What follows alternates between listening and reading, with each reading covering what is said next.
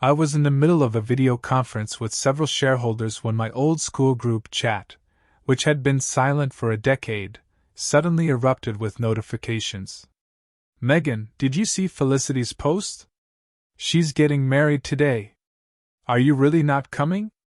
As the messages kept flooding in, I realized Felicity Siemens, the queen of our high school prom, was getting married, and all our former classmates would be there.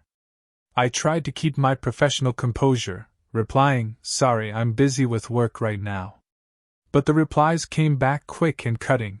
"What could you possibly be so busy with? Someone who never posts must be really miserable. Admit it, you're just embarrassed. Stop pretending you're too busy." Then Felicity chimed in, "Remember our bet? I always said I'd marry someone better than you." I responded, "Can't recall that." Right away, others started adding fuel. Felicity's husband is the CEO of a publicly traded company. They sent over 100 luxury cars to pick her up today. Looks like you're really insecure about how your life compares to hers. That's why you pretend to forget. Another sneered, "Maybe you're so broke you can't even afford a wedding gift. How about starting a crowdfunding campaign to pitch in something?" In the middle of the barrage, Felicity came back, pretending to be generous. "I hope you can come to my wedding and witness my happiness. Since we're former classmates, my husband might even get you a job as a cleaner." With that, she posted a stunning picture of her and her husband in their wedding attire. My jaw dropped when I saw the groom's face. It was Logan Ridley, my husband, the man who had married me and joined my family. With trembling fingers I typed, "Sure, I'll definitely attend to witness your happiness." Just as I hit send, my phone buzzed with a message from Logan. "Hey love, I'm heading to my hometown today to visit my parents. I left dinner in the fridge for you, just heat it up. Love you always." Logan had moved in with me 3 years ago, taking care of me and handling everything around the house. Even when he went out, he'd always leave things prepared for my daily needs.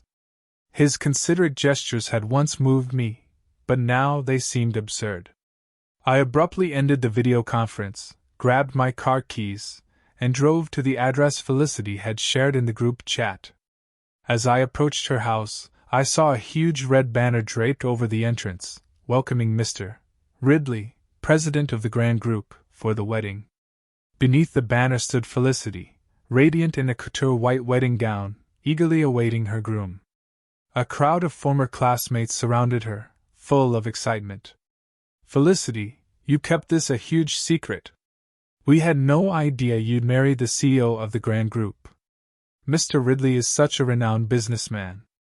You've really hit the jackpot, Felicity. Don't forget about us ordinary folk now." Even our old teacher, Amanda Lane, was there, singing her praises. "Oh, Felicity, from the first time I saw you, I knew you were destined for success. That's why I never scolded you for your grades. I knew you were born to be wealthy and didn't need to rely on academics." As the crowd showered her with admiration, Felicity beamed, her eyes glittering with satisfaction. Logan, who had shown little ambition, had lived with me for years. To give him experience, I had entrusted him with my smallest company, Grand Group. Little did I know that would become the asset Felicity was now flaunting. When I walked in, the classmates who had just been fawning over her glared at me with disdain. One of Felicity's followers noticed my car and approached with a smug grin. "Megan, really outdoing yourself, renting a Bentley just to show up at Felicity's wedding." The others joined in with mocking laughs. "No wonder you had the nerve to come, you just wanted to show off. Renting a car like that must cost at least 3 months' salary. Some people just love to flaunt." I kept my cool and responded, "Actually, it's my car." Before I could finish, Felicity stormed over, livid, and slapped me across the face. "Your car? This is clearly my husband's car. I suspected he was seeing someone else, and now I find out it's you, you tramp. How dare you show up at my wedding driving my husband's car to provoke me?" The crowd's eyes went wide. "That car really belongs to your husband, Felicity. a classmate asked. Of course it does. Why would I lie? She answered, brimming with pride. She pulled out her phone and began showing photos of her and Logan together in the car, some of them embracing, others sitting on the hood looking intimate. The car's interior details and the license plate were unmistakable. The crowd gasped. Oh my God, it really is her husband's car. That means Megan is the other woman. Felicity glared at me with hatred. No wonder you stayed so quiet all these years. You've been playing the role of mistress this whole time. Disgust spread through the crowd as people began whispering and pointing at me. I used to think Megan was a model girl, one muttered, but now just the thought disgusts me. She was desperate for a rich man and threw herself at his feet. Even Ms. Amanda, our teacher, looked at me with contempt. Megan, please never mention you were my student. I didn't raise anyone with such low morals. As the chaos escalated, I tore off my designer coat and tossed it into the trash. I looked Felicity straight in the eye and said firmly, before accusing me, why don't you ask Logan who the real mistress is? And he wrote, Lover dies in the car body. I observed the scene with cold detachment. I hope they're ready to face the consequences. I lingered there for a few more minutes, watching Felicity surrounded by her friends, laughing, boasting, and exchanging smug glances, completely unaware of what was coming. Every insult, every smirk fueled the fury boiling inside me. They had made a huge mistake by messing with the wrong person.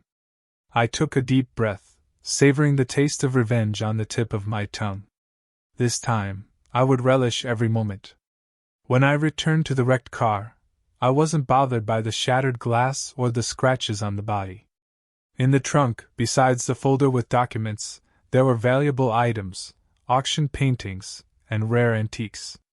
I knew exactly how much they were worth and that soon, Felicity and the others would find out in the worst way possible the cost of playing with me. I grabbed the folder and walked away without looking back. The laughs and offensive comments echoed as I left, but they didn't affect me anymore. They were going to pay, and dearly. When I got home, every detail meticulously arranged by Logan seemed like a cruel irony. The dinner in the fridge, the couch arranged just how I liked, and a little note on the table that said, Take care, love. I'll be back soon. I love you. It was as if he had two faces, the perfect husband for me and the boyfriend of the new wife who now bragged about having stolen him. He thought I would accept everything in silence. Poor thing. It was time to show him I was never the weak person he thought. I took my phone and made a few calls. My always efficient lawyer confirmed that the process of transferring all assets was nearly complete. In a matter of hours, Logan and Felicity would have nothing. The company, the house, even the shares I had temporarily put in his name would return to me.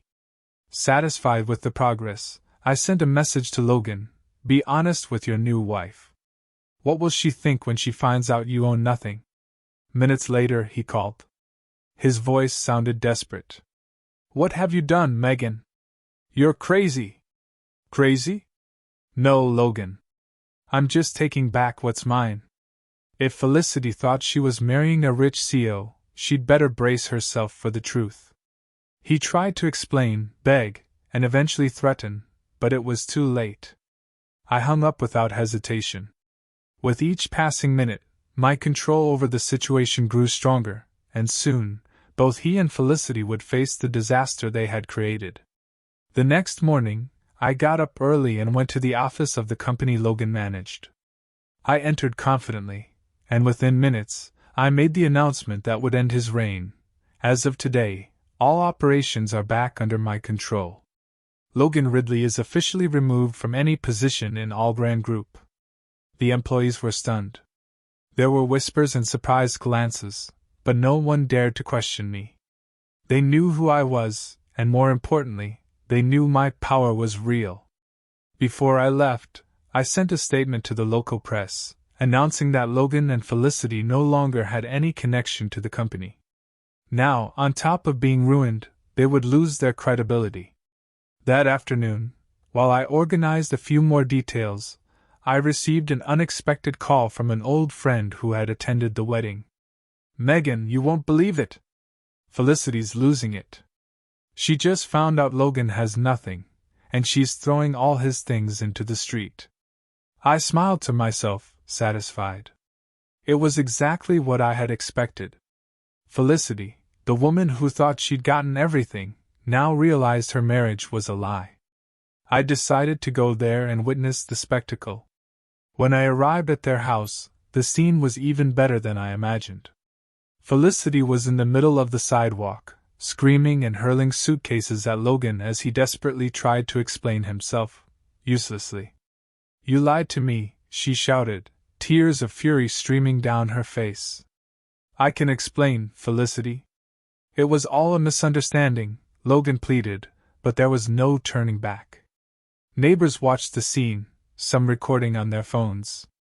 I approached silently, savoring every second of their public humiliation. "I told you to find out who the real lover was, Felicity," I said, interrupting their argument. She glared at me with hatred, but there was nothing she could do. Logan was finished, and she knew it. The fortune she thought she had gained was slipping through her fingers as she continued to shout insults and break things on the sidewalk. I turned and walked away, leaving them to deal with the disaster they had created. In the days that followed, their downfall became news in every local newspaper. Felicity was exposed as a gold digger who ended up with nothing but debts, while Logan was seen as a weak, manipulative man incapable of maintaining any stability. And I moved on, stronger than ever. Now, with the company under my control and my reputation restored, every step I take is a reminder to never underestimate who we are, and always remember that revenge is best served cold. I spent the next few days meticulously closing this chapter of my life as headlines buzzed with Felicity's and Logan's collapse. Local newspapers flooded with images of Felicity, desperate and crying in the street. Her image quickly became a meme on social media, while Logan was swiftly branded as a leech who lost everything. But something still remained undone. I knew they had to feel, firsthand, what it meant to cross someone like me. The revenge wouldn't be complete until each of them paid the ultimate price. First, I made sure they had no chance of recovering. With the company and assets back under my control, I moved quickly, selling every share and property associated with Logan's name, leaving him with no options or resources. Within days, there was nothing left under his name. I even made informal contacts with financial institutions to let them know of his situation, making things even more difficult for him.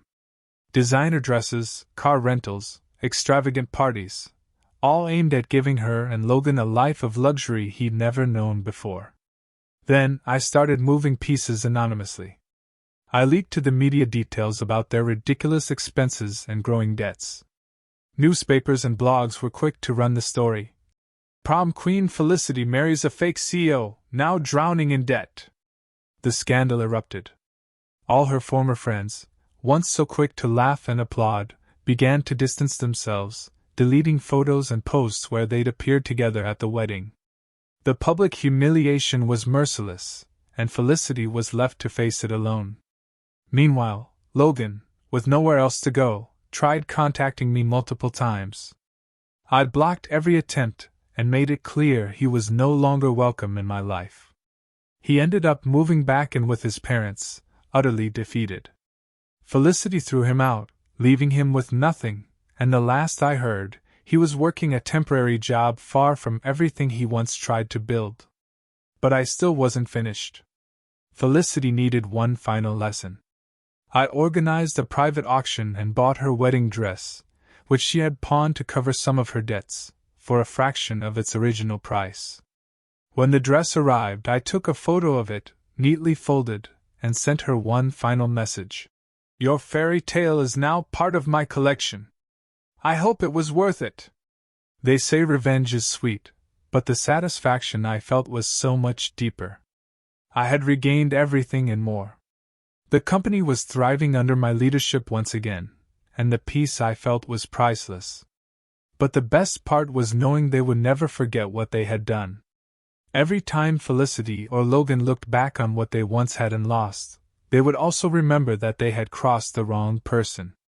With everything finally settled, I chose to close that chapter for good.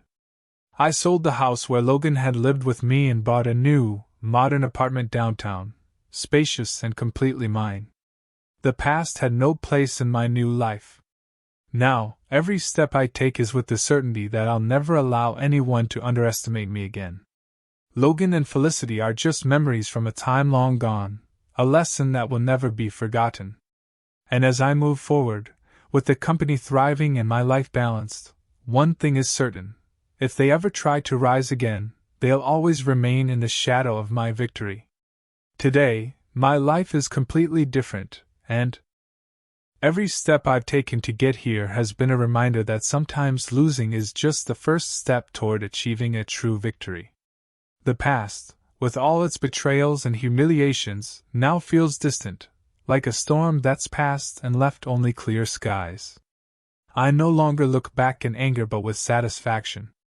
That chapter taught me something valuable: to never let anyone dictate my worth and to always stay in control of my own victories. Under my leadership, the company not only recovered but thrived. In recent years, I opened new branches, sealed international partnerships, and expanded into markets Logan would never have dreamed of exploring. Today, GR Group is one of the most recognized companies in the industry, and I am celebrated not just as a successful businesswoman but as someone who rose in the midst of chaos. Each accomplishment is a reminder that power is never in the hands of those who try to take something from you but in how you respond. Over time, I bought my freedom in every sense. I moved to a spacious, modern apartment in the heart of the city with a view of the skyline. Logan, from what I've heard, is trapped in an endless cycle of temporary jobs, unable to find financial stability. Felicity, on the other hand, has faded into obscurity, living off appearances and desperately clinging to whatever dignity she has left. Occasionally, an acquaintance mentions in a gossiping tone how she's trying to rebuild her life, but nothing she does will ever have the sparkle she once believed it had. As for me, I truly moved on. I traveled the world, met incredible people, and built a network that opened even more doors. I also learned to take care of myself in ways I once neglected, from practicing yoga and meditation to investing in therapy. It was never about them, it was always about me, about my ability to turn every blow into an opportunity for growth. Recently, I was invited to give talks on resilience and leadership. It's funny to think that people now want to hear my story, not for the drama, but for the inspiration. I speak about resilience, about how we shouldn't let temporary setbacks define who we are. And though I never mention names, those who know the story understand that I turned what could have been my downfall into a springboard to a better life. From time to time, I still get anonymous messages from unknown numbers, probably from Logan or Felicity trying to reconnect. I don't reply. There's nothing they can say or do to change what's already over. The past is buried, and I'm too busy living in the present to worry about it. Today, I am happy. Not because I needed to bring anyone down to get here, but because I finally understood that my happiness never depended on anyone but myself. The freedom I feel is absolute, and knowing that Logan and Felicity live in the echo of the choices they made brings me immense peace. So if you asked me how I am today, the answer is simple: better than ever. Each success I achieve is proof that I am stronger than any obstacle life might throw my way. And best of all, knowing that, come what may, my victory will always be greater than any defeat they may have planned for me.